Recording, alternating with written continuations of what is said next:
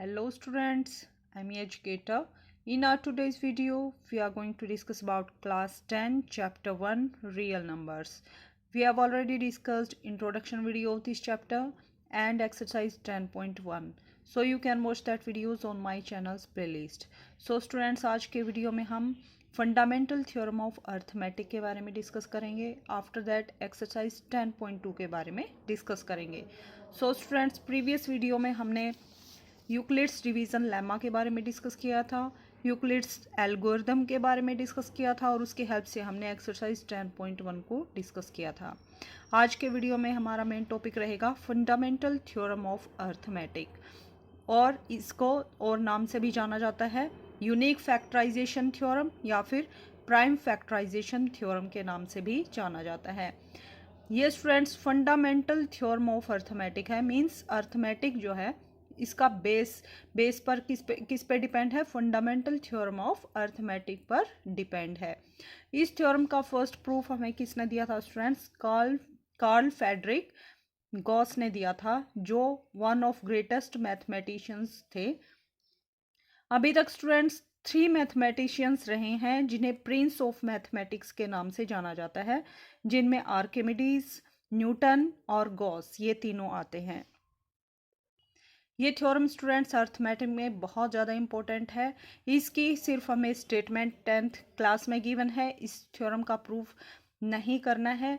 इस थ्योरम का proof higher classes में डिस्कस किया जाएगा. फर्स्ट ऑफ ऑल देखिए स्टूडेंट्स, जैसे हमने क्या लिया नंबर 6 के क्या फैक्टर्स बनेंगे स्टूडेंट्स? 2 3 ज़ा 6, तो 2 और 3 के फैक्टर्स बनेंगे, या फिर आप 3 मल्टीप्लाई विथ 2 भी लिख सकते हैं. ऐसे ही 15 के फैक्टर्स करेंगे तो 3 5 ज़ा 15 या फिर 5 3 ज़ा 15. 20 के फैक्टर्स करने हैं, 2 2 ज़ा 4, 4 5 ज़ा 20, या फिर यहाँ पर 2 कितने टाइम है? 2 स्क्वायर इंटू 5, या फिर 5 इंटू 2 स्क्वायर. इस टाइप से हम फैक्टर्स करते हैं.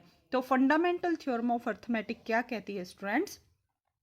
Every composite number can be expressed या फिर factorised as product of primes, and this factorization is unique apart from order in which prime factors occurs.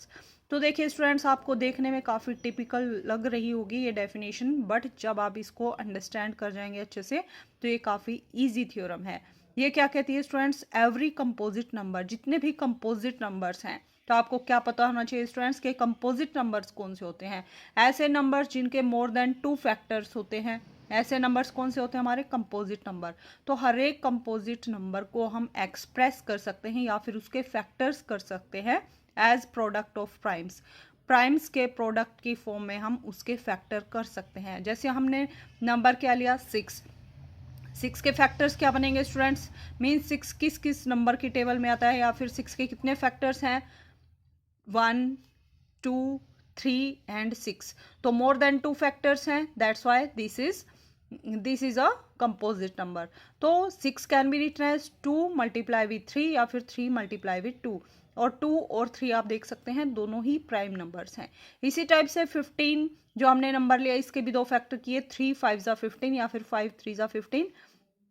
तो ये दोनों भी क्या है? प्राइम नंबर्स हैं, प्राइम फैक्टर्स हमने किए हैं. ऐसे 20 हमने नंबर लिया, इसके फैक्टर्स भी क्या है? 2 स्क्वायर इंटू 5, 2 और 5 दोनों ही प्राइम नंबर्स हैं. तो जितने भी आप कंपोजिट नंबर्स को जानते हैं, एवरी कंपोजिट नंबर, उसको हम product of primes means prime की प्रोडक्ट की फॉर्म में, प्रोडक्ट मीन्स मल्टीप्लाई की फॉर्म में लिख सकते हैं. और this factorisation is unique, means इनको लिखने का सिर्फ एक ही मेथड है. जैसे हमने 6 को कैसे लिखा? 2 3 ज़ा 6. तो सिर्फ यही यूनिक प्राइम नंबर्स होंगे जिनकी मल्टीप्लाई करने के बाद हमें 6 मिलेगा. इन दोनों के अलावा और कोई प्राइम नंबर नहीं होगा जिनकी मल्टीप्लाई करने के बाद हमें 6 मिले. इसी टाइप से 15 के ये जो फैक्टर्स हैं 3 और 5, ये यूनिक फैक्टर्स हैं, एक ही टाइप के फैक्टर्स हैं. सिर्फ इन्हीं 2 प्राइम नंबर्स का यूज़ करके, इनकी मल्टीप्लाई करके हम 15 को राइट कर सकते हैं. इनके अलावा हम और कोई प्राइम नंबर नहीं ले सकते हैं. इसी टाइप से 20 के लिए हम 2 और 5, इसके 2 फैक्टर बनेंगे, 2 स्क्वायर एंड 5. तो 2 और 5, 2 की कितनी भी पावर हो सकती है और 5 को कितने भी टाइम रिपीट किया जा सकता है. तो सिर्फ इन दोनों प्राइम नंबर्स को मल्टीप्लाई करके ही हम 20 को फॉर्म कर सकते हैं. 20 को कंस्ट्रक्ट कर सकते हैं। इसके अलावा और कोई भी अगर हम प्राइम नंबर्स लें उनकी प्रोडक्ट की फॉर्म में हम इन 20 को नहीं लिख सकते हैं। इसलिए यहाँ क्या यूज किया गया है, this factorisation is unique. Unique means सिर्फ एक ही मेथड है इनको लिखने का। ये जो प्राइम नंबर्स होंगे, प्राइम फैक्टर्स होंगे, ये यूनिक होंगे। इनके अलावा और कोई प्राइम फैक्टर्स आप फाइंड आउट नहीं कर सकते हैं apart from order in which the prime factor occurs. इसका मीनिंग क्या है स्टूडेंट्स, या तो आप 2 3 लिखो या फिर 3 2, दोनों एक ही बात है। इसमें भी 2 और 3 की मल्टीप्लाई है, यहाँ भी 3 और 2 की मल्टीप्लाई है। प्राइम ऑर्डर्स किसी भी ऑर्डर में हो सकते हैं बट सेम प्राइम नंबर्स रहेंगे। 2 यहाँ भी है, यहाँ भी है, और 3 यहाँ भी है, और यहाँ भी है। यहाँ 3 3 और 5 5, यहाँ 2 2 स्क्वायर और 5, या फिर इसको आप कैसे लिख सकते हैं, 5 मल्टीप्लाई विद 2 स्क्वायर। मीन्स सिर्फ यही प्राइम नंबर्स होंगे, इनको आप आगे पीछे लिखने से कोई डिफरेंस नहीं होगा, कोई इफेक्ट नहीं पड़ेगा। अपार्ट फ्रॉम मीन्स इससे कोई फर्क नहीं पड़ता है कि उनका ऑर्डर क्या है। मीन्स पहले आप 2 स्क्वायर को लिखो या फिर बाद में, उसे कोई फर्क नहीं पड़ेगा, कोई इफेक्ट नहीं होगा। बट जो ये फैक्टर्स हैं प्राइम नंबर्स के प्रोडक्ट की फॉर्म में हमने इन नंबर्स को लिखा है, ये नंबर्स इन नंबर्स के लिए जिसके हमने फैक्टर किए हैं, ये इनके यूनिक फैक्टर्स होंगे। यूनिक प्राइम नंबर्स के फैक्टर की फॉर्म में हम इन नंबर्स को राइट कर सकते हैं। ओके स्टूडेंट्स, एक बार और डिस्कस करते हैं। Every composite number can be expressed या फिर factorised as product of primes. जितने भी कंपोजिट नंबर्स हैं उन सबको हम प्राइम नंबर्स के प्रोडक्ट की फॉर्म में, प्रोडक्ट मीन्स मल्टीप्लाई की फॉर्म में हम लिख सकते हैं। और वो जो फैक्टर्स आएंगे वो यूनिक होंगे, उनके अलावा और कोई दूसरे अदर हम प्राइम नंबर्स को फाइंड आउट नहीं कर सकते हैं। और ये जो होंगे apart from order in which prime factors occurs, और इनके ऑर्डर से कोई इफेक्ट नहीं पड़ेगा, इनको आगे पीछे हम लिख सकते हैं। ये इसको दूसरे तरीके से भी हम बोल सकते हैं स्टूडेंट्स इस थ्योरम को। सेकंड डेफिनेशन क्या है students, every integer greater than 1 can be uniquely expressed as product of prime numbers up to the order of factors. तो स्टूडेंट्स जितने भी इंटीजर्स हैं जो 1 से ग्रेटर हैं, 1 से बड़े हैं, यानी कहाँ से हमें स्टार्ट करना है, 2 से, 2 3 4 5 6 7 इस टाइप से जितने भी इंटीजर्स आपको पता है, हर एक को हम यूनिकली रिप्रेजेंट कर सकते हैं प्रोडक्ट ऑफ प्राइम नंबर्स की फॉर्म में up to the order of factors. जितने भी फैक्टर्स हों उनके मल्टीप्लाई की फॉर्म में हम राइट कर सकते हैं, इनके ऑर्डर से कोई इफेक्ट नहीं पड़ेगा। ये theorem students fundamental theorem of arithmetic या फिर यूनिक फैक्टराइजेशन थ्योरम या फिर प्राइम फैक्टराइजेशन थ्योरम, ये तीनों एक ही नाम है। तो ये थ्योरम काफ़ी हेल्पफुल है एलसीएम और एचसीएफ फाइंड आउट करने में और उनके रिलेशनशिप को फाइंड आउट करने में। Now let's discuss exercise 1.2. First question is express each number as product of prime factors. So हमें ये जो numbers given है इस क्वेश्चन में हमें 5 पार्ट गिवन है, इनको हमें प्रोडक्ट ऑफ प्राइम नंबर्स की फॉर्म में राइट करना है। मींस इसके फैक्टर्स, इन सभी नंबर्स के हमें फैक्टर्स निकालने हैं। फैक्टर कहाँ तक निकालेंगे, जब तक हमें प्राइम फैक्टर्स नहीं मिल जाते, यानी फैक्टर्स किस फॉर्म में होंगे, प्राइम नंबर्स की फॉर्म में होंगे। फर्स्ट क्वेश्चन के फर्स्ट पार्ट को देखते हैं students. Express 140 as product of primes. तो 140 के हमें क्या करना है स्टूडेंट्स, फैक्टर्स फाइंड आउट करने हैं डिवीजन मेथड की हेल्प से। 2 7 14, 0 सेम रहेगी, 2 से फिर से डिवाइड करेंगे, 2 3 6, रिमाइंडर 1, 1 0 10, 2 5 10, 5 5 से डिवाइड करेंगे 35 को, 5 7 35, 7 को 7 से डिवाइड करेंगे that equal to 1। So factors क्या बने students, 140 equal to 2 multiply with 2 multiply with 5 multiply with 7। तो यहाँ पे 2 कितने टाइम है, 2 टाइम्स है। So 2 multiply with 2 can be written as 2 square, multiply with 5 1 time है, सो 5 7 भी 1 टाइम है। सो 140 के फैक्टर्स क्या बने, 2 5 एंड 7, जहाँ पर 2 2 टाइम्स है, 5 1 टाइम और 7 1 टाइम। और ये तीनों क्या है स्टूडेंट्स, प्राइम नंबर्स हैं। मीन्स हमें नंबर के कब तक फैक्टर्स करने हैं, जब तक हमें प्राइम नंबर्स नहीं मिल जाते हैं, उनकी चाहे कितनी भी पावर हो। इसी टाइप से हम 7429 के फैक्टर्स करेंगे। तो 7429 के फैक्टर्स करेंगे तो फर्स्ट जो नंबर होगा, आप ट्राई करेंगे 2 से स्टार्ट करना, डिवाइड करेंगे तो इसका लास्ट डिजिट क्या है स्टूडेंट्स, 9, 2 से डिवाइड नहीं होगा। नेक्स्ट हम 3 से डिवाइड करने की कोशिश करेंगे। 3 से डिवीज़न का क्या मेथड है स्टूडेंट्स, सारे जो इंटीजर्स हैं, सारे जो नंबर्स हैं उनको ऐड करते हैं, ऐड करके डिवाइड करेंगे 3 से। अगर गिवन नंबर 3 से डिवाइड होता है तो कंप्लीट नंबर 3 से डिवाइड होगा, अदरवाइज नहीं होगा। सेम रूल 9 से डिवीज़न के लिए है। डिजिट्स को ऐड करके हम 9 से डिवाइड करके देखेंगे तो आप चेक करेंगे कि 9 से भी डिवाइड नहीं होगा, 3 से भी नहीं होगा। 4 के लिए हम क्या करते हैं, लास्ट 2 डिजिट्स को डिवाइड करके चेक करते हैं। तो 29 जो है 4 से डिवाइड नहीं होता, that's why this number is not divisible by 4। अब 8 से डिवीजन के लिए हम लास्ट 3 डिजिट को डिवाइड करते हैं, तो आप देखेंगे स्टूडेंट्स लास्ट 3 डिजिट भी 8 से डिवाइड नहीं होंगे। नेक्स्ट हम चेक करेंगे 5 से। 5 से डिविजिबिलिटी के लिए या तो लास्ट डिजिट 0 होना चाहिए या फिर 5 होना चाहिए, जो कि नहीं है, तो ये नंबर 5 से भी डिवाइड नहीं होगा।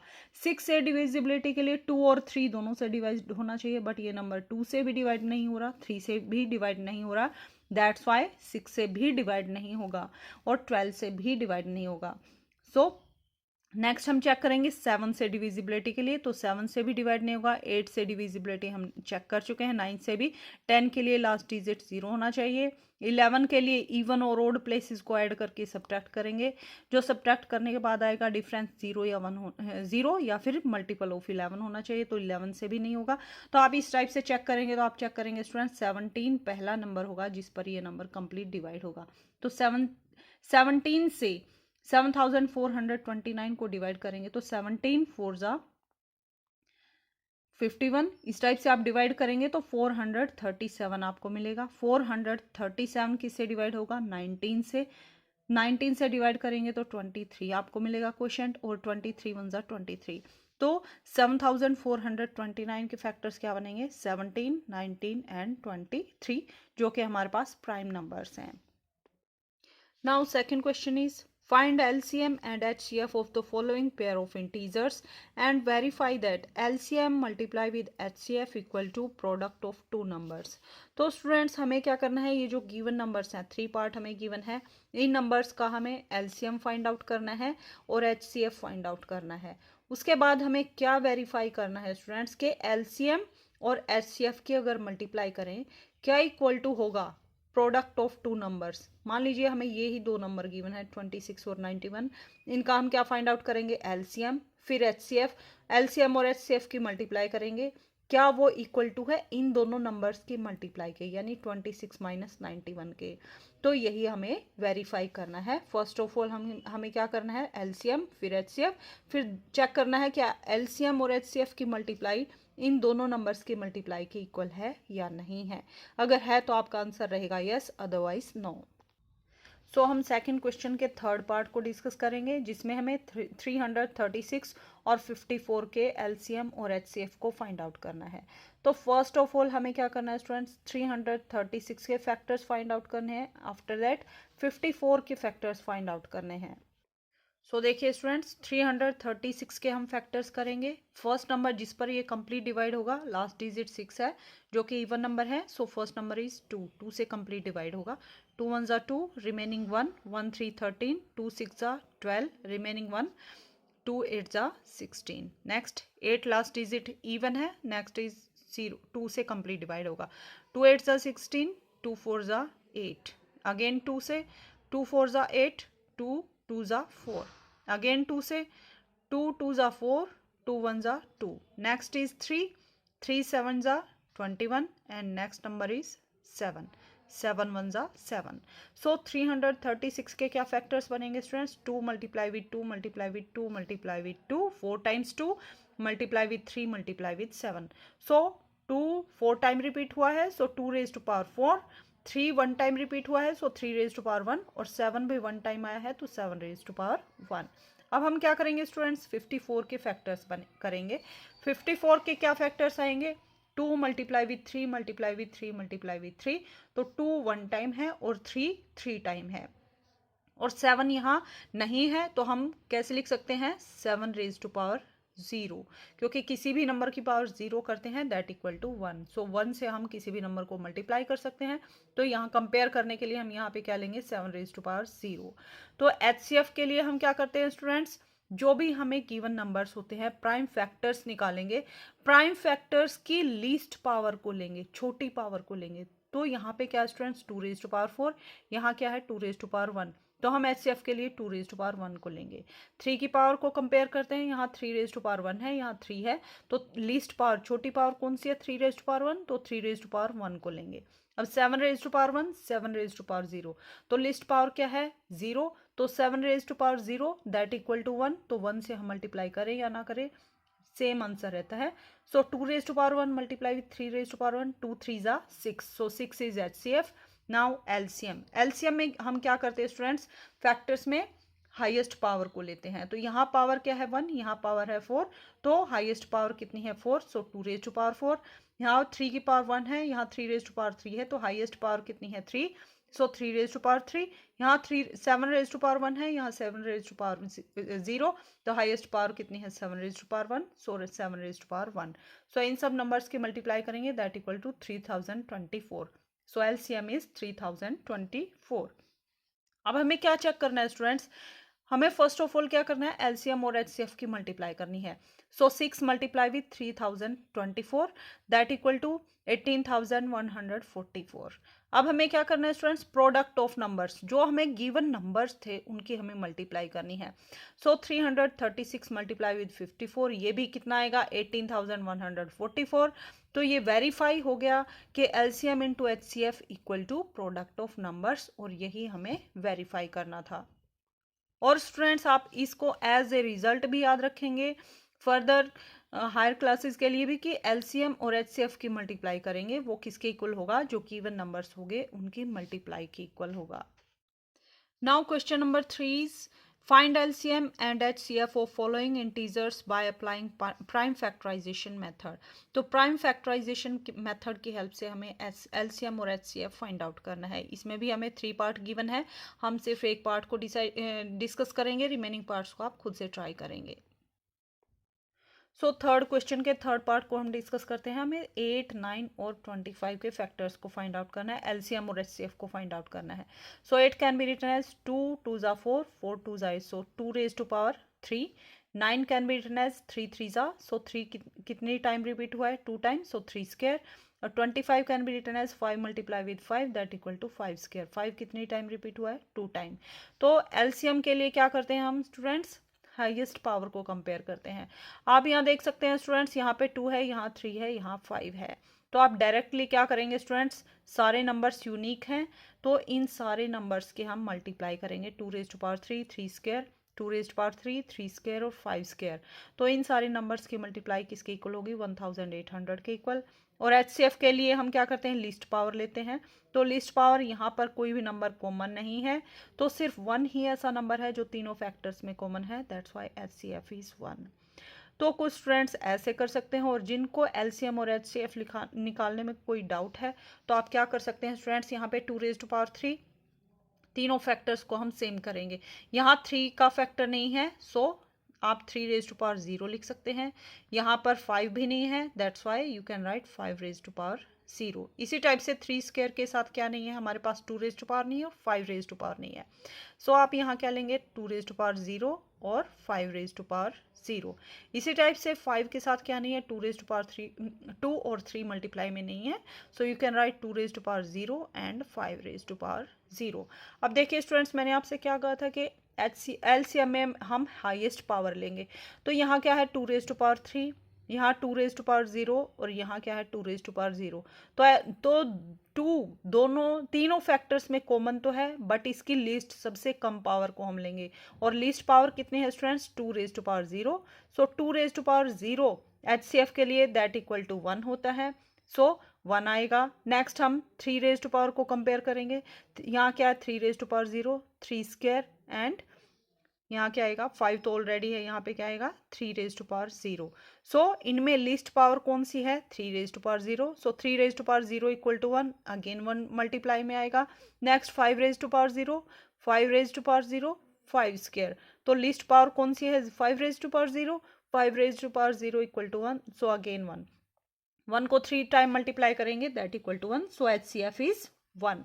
एलसीएम के लिए हम क्या करते हैं स्टूडेंट्स, हाईएस्ट पावर को लेते हैं। तो यहाँ पे क्या 2⁻3, 2⁻0, 2⁻0, तो हाईएस्ट पावर कितनी है 3, सो 2⁻3, 3⁻0, 3⁻2, 3⁻0, हाईएस्ट पावर कितनी है 3⁻2, सो 3 square.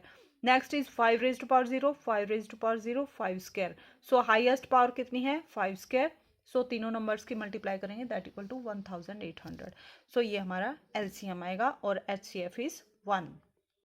Now question number 4 is given that HCF of 306 and 657 is 9 and LCM of 306 and 657 को आपको फाइंड आउट करना है। तो हमें दो नंबर्स गिवन है स्टूडेंट्स जिनका एचसीएफ कितना है 9, हमें क्या निकालना है एलसीएम निकालना है। तो हमें क्या पता है स्टूडेंट्स, एक रिलेशनशिप के बारे में क्या पता है, क्या रिलेशन है कि LCM multiply with HCF that equal to product of two numbers के इक्वल होता है। तो एलसीएम नंबर्स क्या है हमारे पास, इन दोनों नंबर्स की मल्टीप्लाई किसके इक्वल होगी, एचसीएफ यानी 9 मल्टीप्लाई विद एलसीएम, वहां से हम एलसीएम की वैल्यू को फाइंड आउट करेंगे। सो देखिए students, we know that LCM multiply with HCF equal to product of numbers. So LCM हमें फाइंड आउट करना है, एचसीएफ क्या है 9 that equal to two numbers कौन से हैं 306 एंड 657। तो यहाँ से 9 को राइट साइड में लेके आएंगे तो यहाँ डिवाइड मल्टीप्लाई में है, राइट साइड में जाके डिवाइड में हो जाएगा और इन नंबर्स को आप कट करेंगे दैट इक्वल टू 22,338। ये हमारे पास क्या आएगा, एलसीएम आएगा। किसका एलसीएम, 306 एंड 657 का, और यही हमें फाइंड आउट करना था।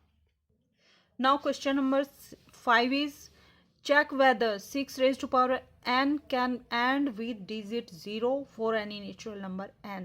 तो हमें क्या बताना है स्टूडेंट्स, क्या 6 raised to power n, n क्या है, कोई भी नेचुरल नंबर है। नेचुरल नंबर कौन से होते हैं स्टूडेंट्स, जो 1 2 3 से स्टार्ट होते हैं। सो 1 से स्टार्ट होते हैं तो 6 की कितनी पावर करें, कितनी भी पावर हम करें, क्या कभी ऐसी सिचुएशन आएगी कि 6 raised to power हम फाइंड आउट करें और उसका लास्ट डिजिट 0 आ जाए।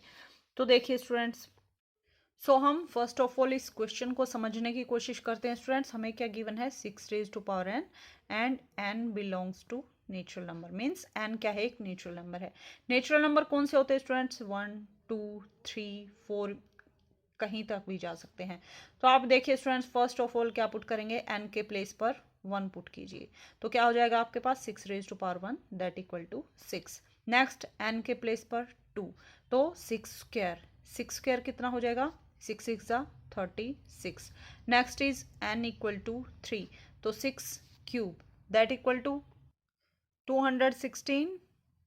Next is n equal to 4 so 6 raised to power 4 that equal to 1296।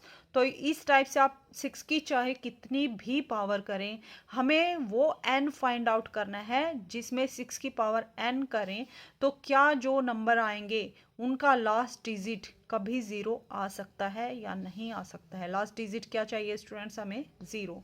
तो हम देख रहे हैं 6 की हमने 4 तक पावर की, तो 6 की कितनी भी पावर कर ले बार बार 6 रिपीट हो रहा है, 0 कभी भी लास्ट डिजिट में नहीं आ रहा है। तो हमें इसका रीज़न बताना है स्टूडेंट्स, 0 लास्ट डिजिट कब बनता है, जैसे हम 10 होता है, 100 होता है या 1000 होता है, इस टाइप के नंबर्स में ही हमें लास्ट डिजिट 0 देखने को मिलता है। या फिर आप इस टाइप से कोई भी नंबर ले सकते हैं, लास्ट डिजिट 0 कब आएगा, जब वो नंबर क्या होगा 10 का मल्टीपल होगा। मीन्स 10 से अगर मल्टीप्लाई करेंगे तभी एक 0 लास्ट में आ सकती है, 100 से करेंगे तो 2 0 लास्ट में आएंगी, 1000 से करेंगे तो 3 0 लास्ट में आएंगी। तो हमें सिर्फ एक 0 चाहिए। तो 0 कब आ सकती है स्टूडेंट्स, जब 10 का मल्टीपल आए लास्ट में, वो नंबर 10 का मल्टीपल हो। 10 कैसे बनता है स्टूडेंट्स, 10 के फैक्टर्स क्या बनेंगे, 2 5 10, यानी उस नंबर्स के फैक्टर 2 और 5 आएगा तभी वो नंबर क्या होगा, लास्ट डिजिट 0 बनेगा। कैसे, जैसे 20 लीजिए स्टूडेंट्स, 20 के फैक्टर्स क्या बनेंगे 2 2 2 4 4 5 20। तो या इसके फैक्टर्स में 2 भी आया है और 5 भी आया है, इसीलिए लास्ट डिजिट क्या है 0।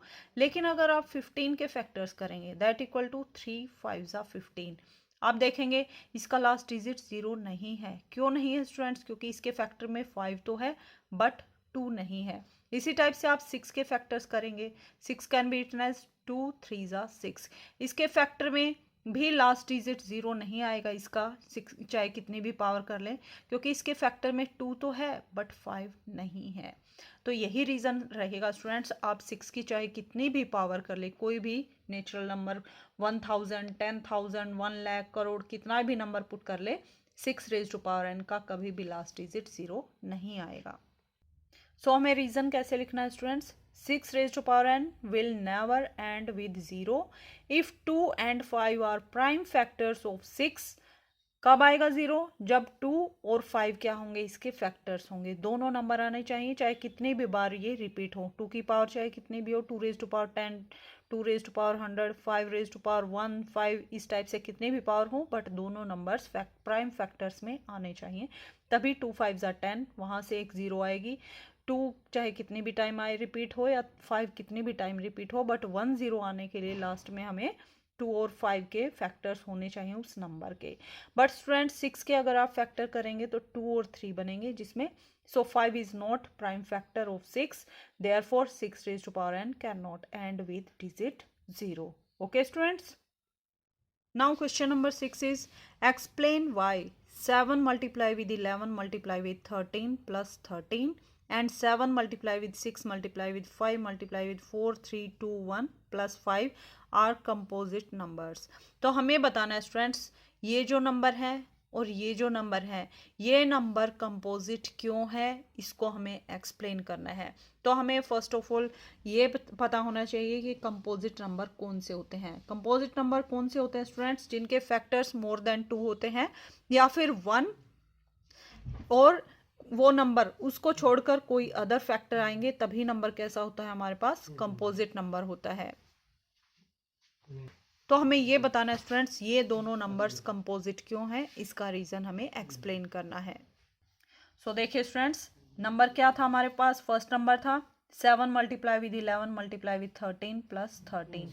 तो आप देख सकते हैं स्टूडेंट्स, 13 यहाँ भी है यहाँ भी है, तो 13 को हम दोनों टर्म में से कॉमन ले सकते हैं. तो 13 को यहाँ से कॉमन लेंगे, यहाँ क्या रिमेनिंग रहेगा, 7 मल्टीप्लाई विद 11 प्लस 13 यहाँ से कॉमन आ गया, यहाँ क्या रिमेनिंग रहेगा 1.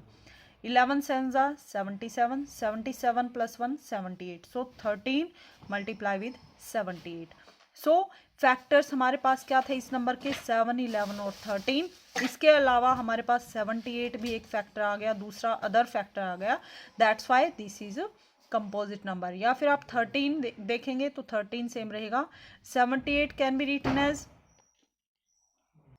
78 कितना होता है स्टूडेंट्स, 13 6 जा 78. 6 के फिर से फैक्टर्स करेंगे, 2 3 जा 6 और 13 सेम रहेगा, और एक 13 हमारे पास ऑलरेडी था. सो 13 कितने टाइम आ गया हमारे पास, 2 टाइम, और 2 मल्टीप्लाई विथ 3. तो ये जो नंबर है इसके फैक्टर में 7 11 13 के अलावा 2 और 3 भी आ गया, that's why this is a composite number. इसी टाइप से सेकंड नंबर जो हमें गिवन था 7 6 5 4 3 2 1 की मल्टीप्लाई प्लस 5 था. यहाँ से भी आप क्या कर सकते हैं स्टूडेंट्स, 5 को कॉमन ले सकते हैं. 5 को कॉमन लेंगे तो यहाँ रिमेनिंग क्या रहेगा, 7 मल्टीप्लाई विद 6 मल्टीप्लाई विद 4 3 2 1, और नेक्स्ट यहाँ पे प्लस 5 कॉमन ले लिया, यहाँ क्या रिमेनिंग रहा 1. सो 7 6 4 3 2 1 की मल्टीप्लाई करेंगे, दैट इक्वल टू 1009, 1008 प्लस 1 1009, और 5 हमारे पास ऑलरेडी मल्टीप्लाई में था. सो इस नंबर के फैक्टर्स में भी 5 तो यहाँ फैक्टर था, बट 5 के अलावा हमारे पास से एक नया फैक्टर आ गया, that is 1009. That's why this number is also composite number. So reason क्या देंगे, so both are expressed as product of primes, both are composite numbers. और ये जो प्राइम फैक्टर्स बने हैं, इनमें इनके अलावा जो हमें नंबर्स गिवन थे, हमें कोई दूसरे फैक्टर्स भी मिल गए हैं, that's why these both two numbers are composite numbers. Now question number 7, and this is last question of this exercise. There is a circular path around a sports field. Sonia takes 18 minutes to drive one round of the field, while Ravi takes 12 minutes for the same. Suppose they both start at the same point and at the same time and go in the same direction. After how many minutes will they meet again at the starting point. तो हाँ देखिए students, इस question में हमें क्या given है, एक circular path है, सर्कल शेप का एक पाथ है जिसमें सोनिया और रवि राउंड लगा रहे हैं। सोनिया एक राउंड कंप्लीट करने में 18 मिनट ले रही है और रवि 12 मिनट में वो राउंड कंप्लीट कर रहा है।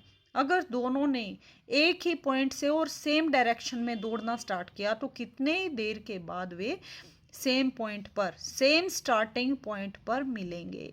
तो इस क्वेश्चन में हमें क्या करना पड़ेगा स्टूडेंट्स, एलसीएम फाइंड आउट करना पड़ेगा। सो देखिए स्टूडेंट्स, मान लीजिए ये सर्कुलर ग्राउंड है और ये हमारा स्टार्टिंग पॉइंट है। इस स्टार्टिंग पॉइंट से सोनिया और रवि सेम डायरेक्शन में दौड़ना स्टार्ट करते हैं, या तो ऊपर की तरफ मान लीजिए जा रहे हैं। तो सोनिया जो है एक राउंड कंप्लीट करने में 18 मिनट का टाइम ले रही है और रवि एक राउंड कंप्लीट करने में 12 मिनट का टाइम ले रहा है। तो हमें अगर ये सेम पॉइंट से सेम टाइम पे चलना स्टार्ट करें, दौड़ना स्टार्ट करें, तो वो दोबारा सेम स्टार्टिंग पॉइंट पर कितनी देर के बाद मिलेंगे, ये हमें बताना है। तो देखिए स्टूडेंट्स, हमें क्या करना पड़ेगा, 18 और 12 के प्राइम फैक्टर्स फाइंड आउट करेंगे। 18 कैन बी रिटन एज 2, 2 3 जा 6, 6 3 जा 18। So 2 multiply with 3 multiply with 3 that equal to 2 raise to power 1 into 3 कितनी टाइम रिपीट हुआ है, 2 times, so 3 square. 12 can be written as 2 multiply with 2 multiply with 3, 2 कितनी time multiply हुआ है, repeat हुआ है 2 times, so 2 square multiply with 3 1 time आया, सो 3 raise to power 1। LCM क्या होगा, हमें हाईएस्ट पावर को लेना है। सो यहाँ क्या है, 2 रेज टू पावर 1, यहाँ 2 स्क्वायर, सो 2 स्क्वायर लेंगे। यहाँ 3 रेज टू पावर स्क्वायर, यहाँ 3 raise to power 1, so 3 square को लेंगे। 2 square equal to 4, 3 square equal to 9, so 9 4 जा 36।